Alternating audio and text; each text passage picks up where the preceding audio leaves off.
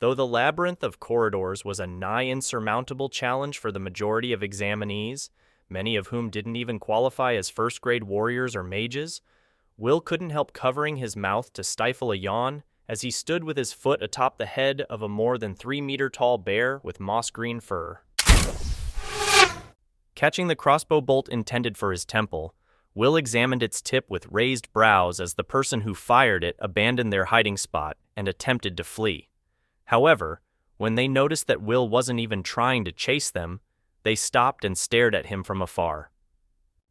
Using sound transmission to transmit his voice across the more than 100 meters separating them, Will smiled and remarked, "That was a well-placed shot, but you'll need to learn wind magic or something similar to suppress the sound of the crossbow's mechanism and the bolt in flight.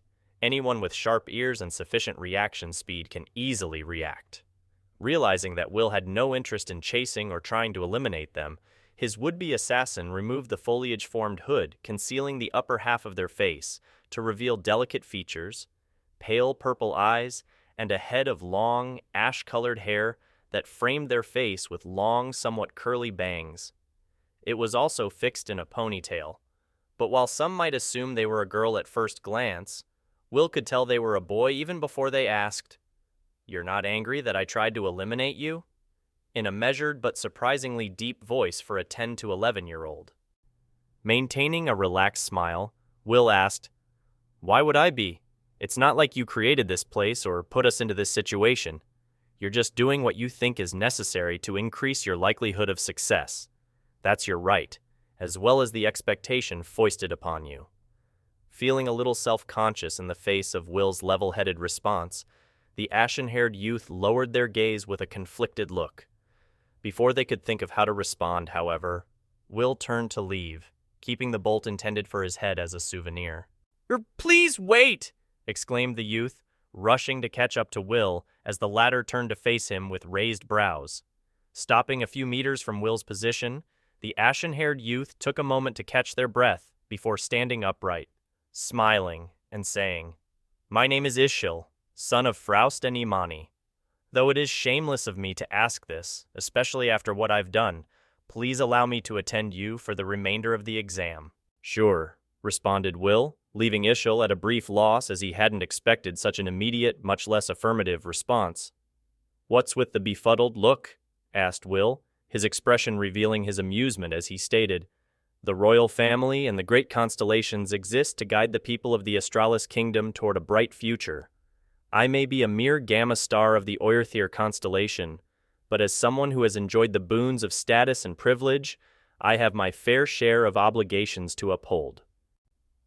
"How commendable," muttered Ishil, genuinely impressed and a little awed by Will's temperament.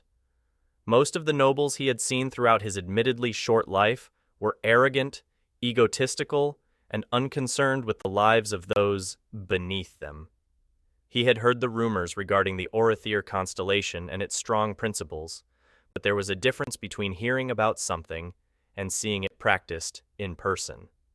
"If you say so," mused Will, turning his back to Ishil, ostensibly leaving himself open.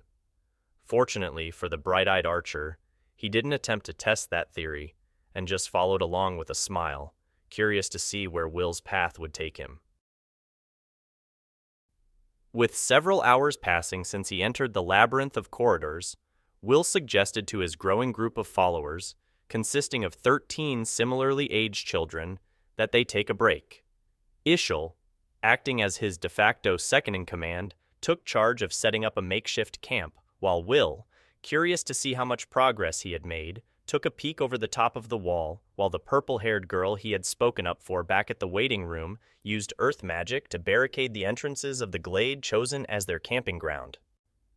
"Well, are we close?" asked a different girl with purple hair, distinguished further by her dark, ash-brown skin and the fact she had 2 sets of ears.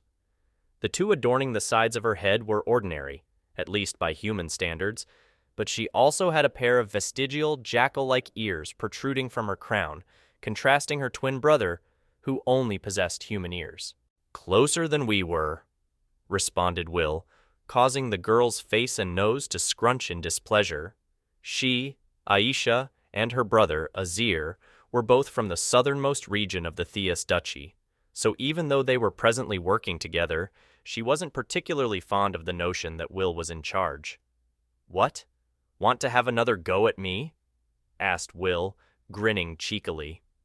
In response, Aisha immediately rushed him with a pair of sickle-like weapons known as Ka. She was incredibly swift and agile for her age, a byproduct of her recessive Zoan traits, but Will was faster, backstepping to avoid the tip of Aisha's inverted crescent blade as the back grazed against the very tip of his nose. "Oh, close one," hummed Will, utilizing his superior speed and footwork to evade Aisha's frenzied onslaught while keeping an eye on her brother. The purple-haired youth had yet to utter a word aloud, but he was by far the more dangerous of the duo as he possessed a rare affinity with time magic. Since she would yell at him if he didn't help, Azir exhaled an exasperated sigh before forming his hands into a seal, causing various runes to appear on his and Aisha's bodies. The two had a special link with one another, so by targeting himself with his magic, he was able to accelerate the flow of time around him and his sister, albeit only for a short while.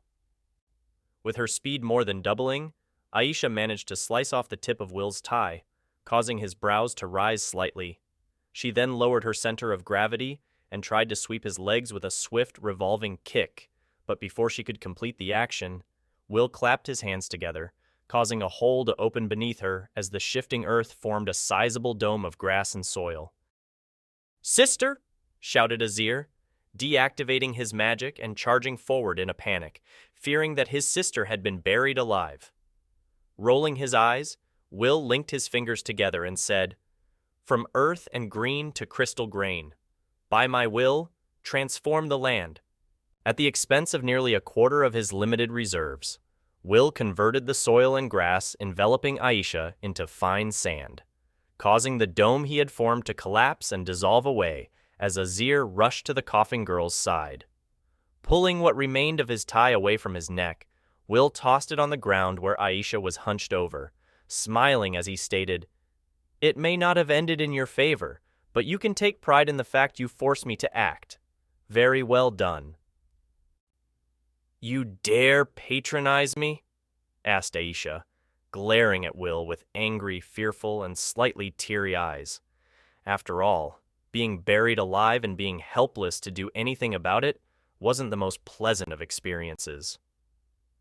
"On the contrary," responded Will, closing his eyes and bowing his head ever so slightly as he appended, "You may not have been seeking it, but you have proven yourself worthy of my respect." Feeling even more annoyed, Aisha clicked her tongue, finished freeing herself from the pit of sand, and dragged Azir away in a huff. Before that, however, she snatched the tie Will had tossed in front of her, intending to use it to teach him a lesson via curse magic. "Shall we oust them from our company?" asked Ishil, approaching Will alongside several others. "For what?"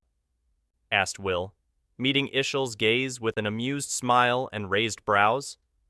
Without waiting for the youth's response, Will explained, "I was the one who goaded her into attacking, and we've already settled things between us. I understand your worries, but when you start condemning people for troubles they might cause, you inadvertently cause others to feel anxious that they may also be ostracized on a whim.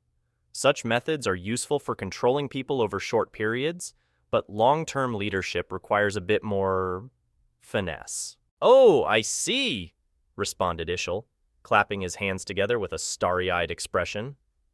Those accompanying him took things a step further by applauding and making audible expressions of wonder, but while a normal child might have felt gratified by such a response, Will shook his head and thought, "This is going to be a long 5 years," while directing his gaze to the dimming sky overhead. Though half a day had passed, from the perspectives of Will and the other examinees in his group, barely 30 minutes had passed for those in the crowd, observing the exam from the outside. It would appear the rumors surrounding the Gamma star of the Orthir constellation harbor a semblance truth, muttered a remarkably old man with half-moon glasses, long, slightly drooping ears, and sagely features that consisted of bushy white eyebrows and a mustache that transitioned into a braided belly-length beard. Capable he may be, but he's also trouble, appended Professor Deidre, observing the scene of Will and the members of his group constructing a makeshift fortification and defensive line. It was expected that the sons and daughters of noble houses would take on leadership positions within their groups, but things were different with Will. His brother David had also formed a sizable group, but he struggled due to his lack of trust in others and trying to be the only decision-maker. Will was the opposite in this regard, as instead of telling people what to do, he made suggestions and then set out to do his own thing, unconcerned about whether or not others followed his example, but readily assisting those who asked for his help or opinion. Trouble follows the Oerthiers like autumn follows spring, mused the elderly man, caressing his beard with a faint, grandfatherly smile and an intrigued glimmer in his stark blue eyes. He hadn't heard anything about Will's proficiency with magic, so his curiosity was piqued when he saw the latter use Second Circle Earth Dome without incanting. As a general rule, those who trained to acclimate their bodies to the use of aura struggled to repurpose it for spellcasting. Thus, while it wasn't unheard of for one to possess talent in both the martial and magic paths, the old man, one of only 3 Seventh Circle Grand Magi, and the current Chancellor of the Royal Academy, Ogma Aladfar Evergarden, found Will to be a peculiarity. "Is there nothing we can do to fast-track him?" asked Professor Deidre, lamenting the possibility of having to deal with Will and his antics for a full 5 years. "Not without placing his brother and family in a difficult situation," replied Chancellor Ogma, discarding his smile for a contemplative look. He would also like to promote Will and potentially take the youth under his wing for a few years, but that was easier said than done with David in the picture. If they began promoting Will's growth without a suitable pretense, people would invariably accuse them of plotting to have him supplant his brother as the future alpha star of the Oerthier constellation. "I think it's about time for me to retire," said Professor Deidre, closing her eyes and removing her glasses to clean them as Chancellor Ogma looked back with an expression that asked, "Are you serious?" "First, there was that monster, Astucia. Then came the 4th princess and the beta star of the Oerthier constellation," complained Professor Deidre, returning her glasses to her face and adopting an almost childlike pout as she added, "Now there's the gamma star of the same house, 2 more suspected offspring of the Demon Emperor, and the granddaughter of the previous generation's Sword Saint.